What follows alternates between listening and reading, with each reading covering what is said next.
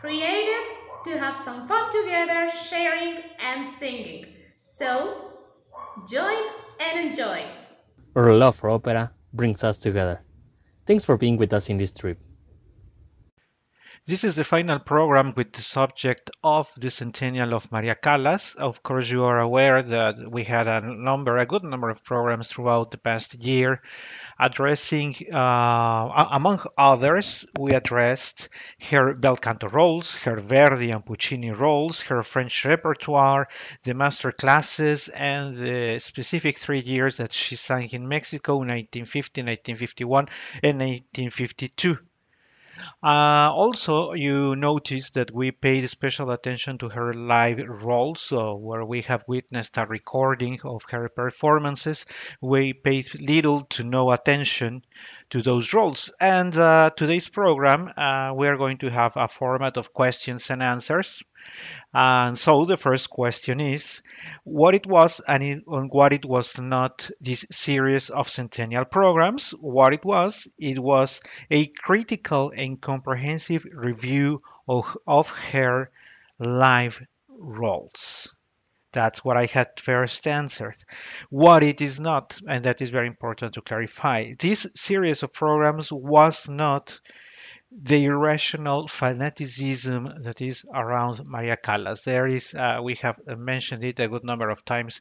There is way too many people talking or saying very positive things around Maria Callas, which are true, but many others are just exaggerations that come from an irrational appreciation of her art.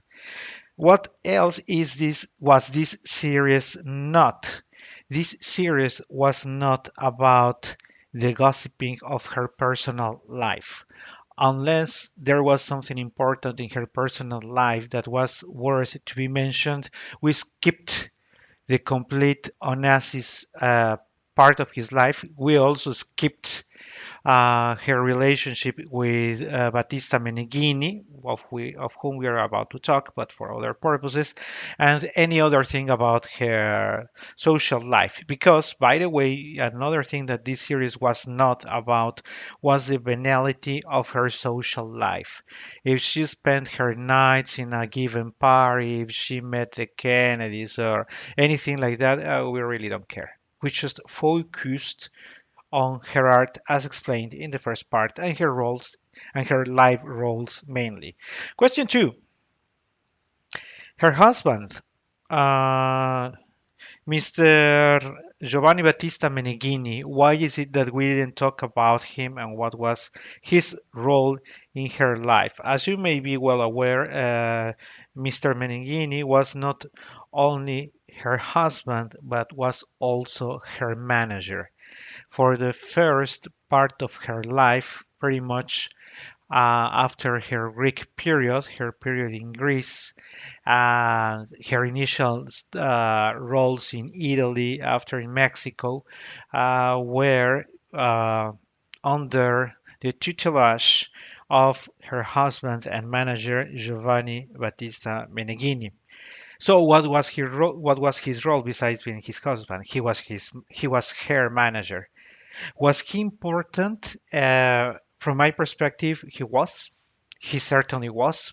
Of course, she was doing the singing and she was the spectacular star on the stage, but there would be not La Callas without the business skills of Mr. Meneghini. How is it that many opera houses were not able to afford the presence of Maria Meneghini Callas? It was because of Mr. Meneghini. He negotiated with those business skills so that he could get the most, even if it was much more, by far much more than what any other singer was charging. He made sure it actually happened. He negotiated so that they could have that those contracts signed with a very well-known recording company, Emmy. So all the things and pretty much the marketing and in a way the initial hype, the initial construction of the image of who Maria was, it's because of Mr. Meneghini. Um, if you don't think that was his role, just take a look at many other great sopranos and understand who their manager was and if he achieved something as great as he did. You may say, ah, but Maria was a much greater soprano than the others.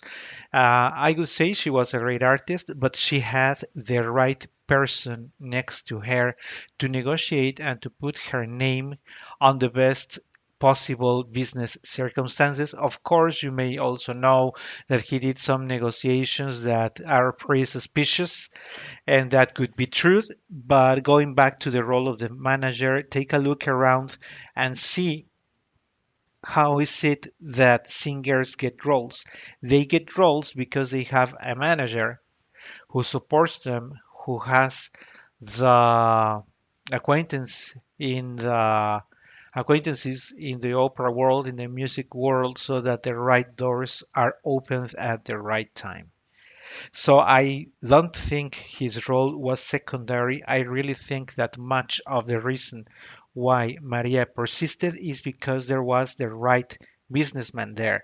Otherwise, she would have had maybe a presence such as um, the Turkish soprano Leyla Gencer, who was also a very good singer, but who didn't have the support of of a great recording company and a great manager who would be by her side.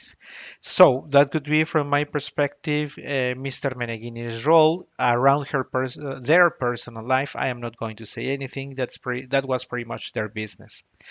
Um, Next question, question number 3. Who was or who is Maria Callas? Maria Callas was indeed a great artist. I mean, I think that's out of the question. However, who she was as a great artist and who is now, what has persisted throughout the years, I could say that she has benefited from marketing, and she's also a victim of it because there is so much exposure to her that people start gossiping and getting interested in things that have nothing to do with her art. So I truly think that the artists still remains to be well known because of this marketing. People, want to show off and say, oh yeah, I just read it in fact yesterday. They said, oh no, the best Leonora in La Forza del Destino was Maria. I mean, come on, she hardly ever sung La Forza del Destino. And by far, her Leonora is not the greatest. And people who look at the recording of Il Trovatore and say, hey, the best Leonora in Il Trovatore is also Maria Callas on her recording of, and that is so not true. Trovatore is another role that she never perfected either. Same thing with her Gilda in Rigoletto. That was a role that she never perfected. But there is way so much marketing, and people want to show that they really know about it, that they claim things like that one, that she was best at everything, and she was not. And that's why I was saying that in a way she has benefited from the marketing, as she's very well known and her records still keep selling by thousands or millions. But unfortunately, victim of that marketing, people really don't understand the true artistry, the true legacy that is now the name of Maria Callas. Number 4, her vocal problems were discussed tangentially. Why? Um, It is true that it is interesting, and I remember the initial programs. You remember that we had Sophia Lampton, the author of the Callas imprint, this Centennial biography book. And we in an after recording session we're talking about the reasons of, because the other reason why Maria is very famous is because she lost her voice at a very very early. And so we talked about a number of reasons, all of them collaborating in her losing her voice. And the reason why it was not addressed in full is because we were interested in Maria's art. in the way she develops her understanding of the roles, what she brought to Ana Bolena, what she brought to her Aidas, what she brought to her Traviatas, how she evolved in Traviata, and how is it that bel canto was her specialty. So, with so many interesting things to say around the artist, why would we keep our focus on the most unfortunate part of her career, which is her losing somehow losing her voice, given a good number of reasons. And I also think that the subject of singers losing their voices is for a whole program where we talk broadly about those bad habits that make singers lose their voices. But just in a Centennial series, give room to only talk about why she lost her voices. That has to do much more with us gossiping than with actual vocal technique. Also wanted to make a note that because I commented it in the programs that her first vocal problems started in the early 50s, but her voice was still so young that nobody paid too much attention. But if you notice her early presentations live, you start noticing that the later wobble, the lack of support, the problems with the pitch, the problem with impostations were already present in early Maria in her early 50s. But as I just said, that was not the point of this series. Question number 5.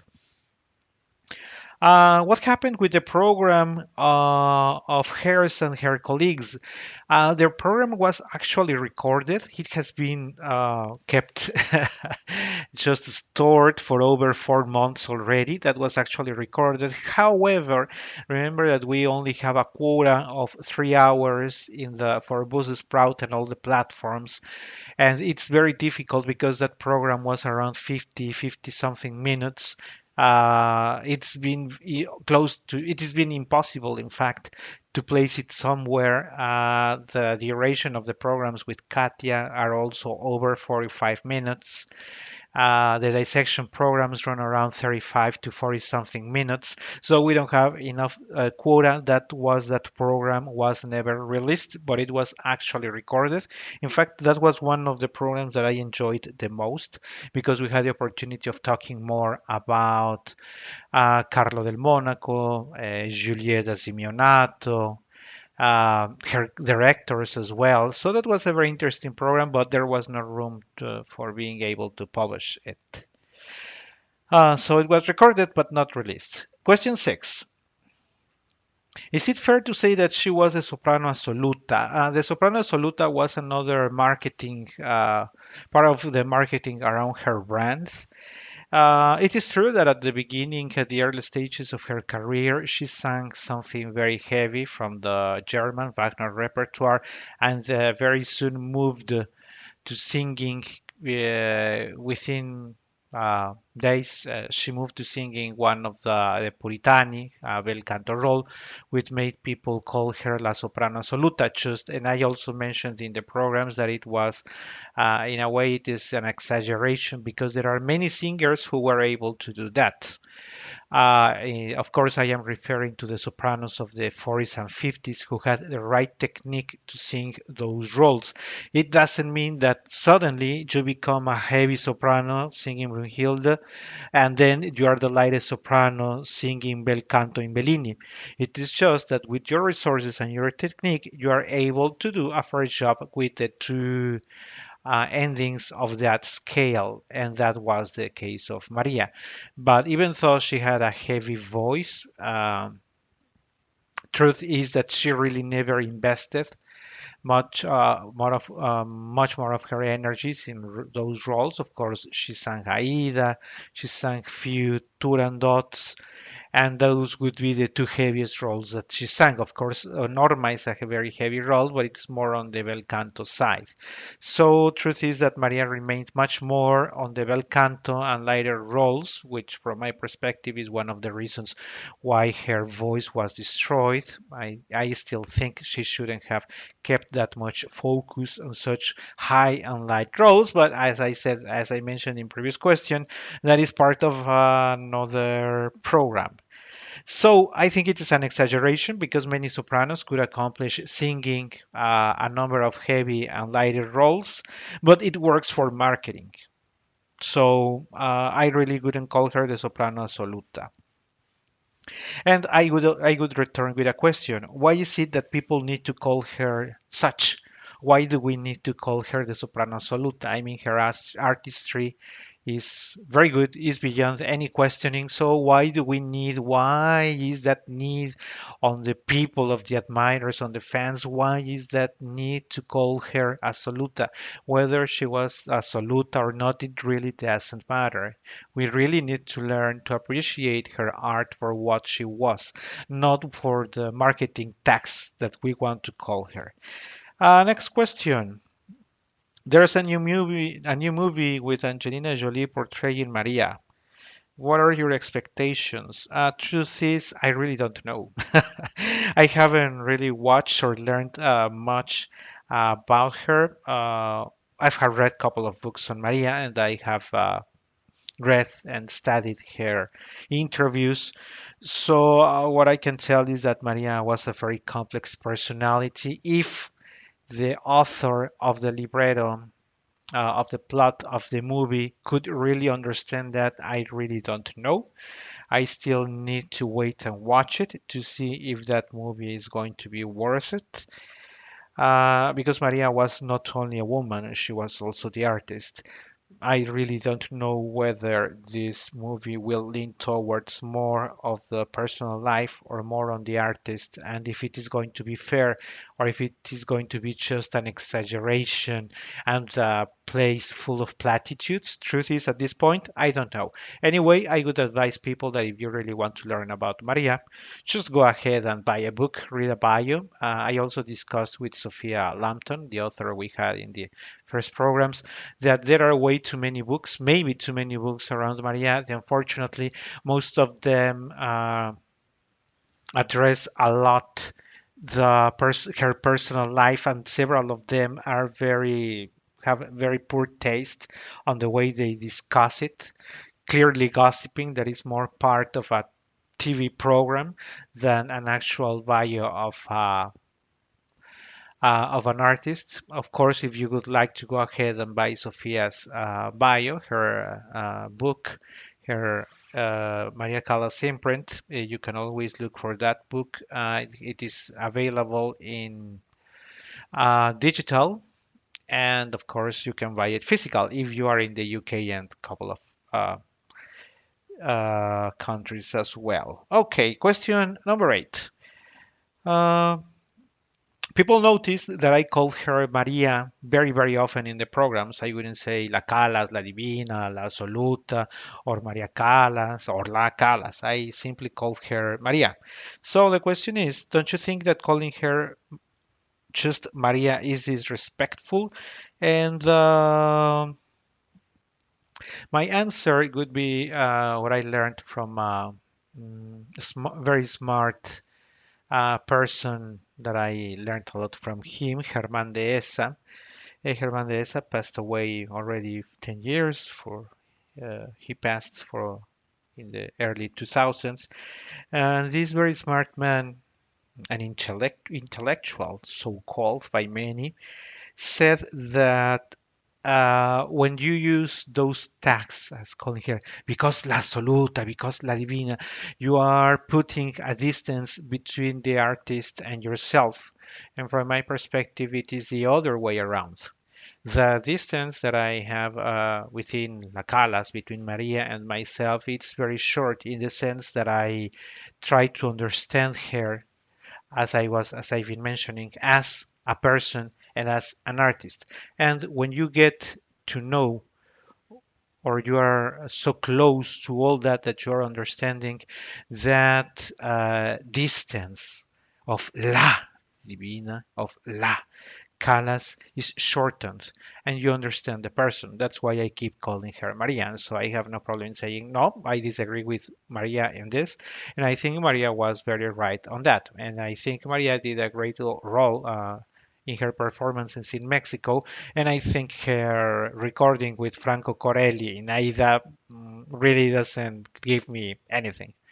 I feel so close to my understanding, of course, my own perspective of Maria, that I like to call her just Maria.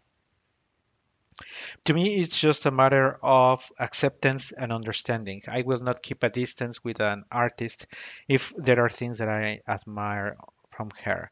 So, question number 9. Did this series of her Centennial programs change your perception of Maria?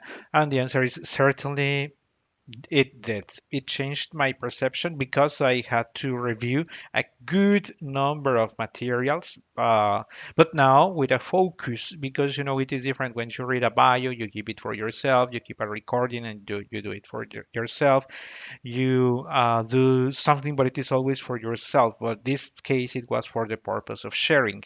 So when you do it for the purpose of sharing, you have to think of the structure, how you're going to structure the series and what is going to be the individual content for each of the programs. So from that perspective, yes, it really changed because I had to put in order many of my thoughts in order that it could be digested by the public. Did I learn anything new from her as part of the question 9? Mainly, I would say that I noticed her vocal problems in the very early 50s. That would be my only major discovery. But the rest of the things I really knew about it. I also discussed with Sophia Lampton that I didn't know she had directed an opera, I Vespri Siciliani, which is weird because I Vespri has never been a top performance on any stage. So why was it chosen much more unknown opera? And many of her decisions, truth is, I don't know, but I learned that she directed as well, with very poor results, by the way. Final question. What opera material of hers would you take to a deserted island? I could take her master classes.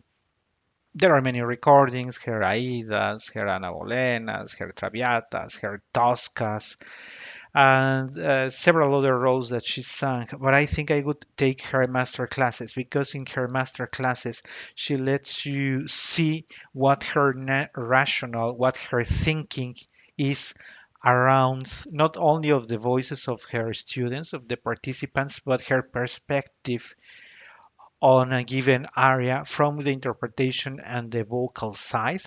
So I think her master classes at Juilliard are very valuable materials. Super long, of course. If you listen to the complete recordings, they are I don't remember if over 15 or 16 hours of recordings of her Juilliard master classes, but that's what I would take. No opera in specific, but those Juilliard is what I would take. And well, just to wrap up then this final episode on the Centennial of Maria Callas, I think we all have to say thank you very much, Maria. You can follow our channel for the latest updates and more content. Oprah will love singing, in just one word. Link in the description of the episode.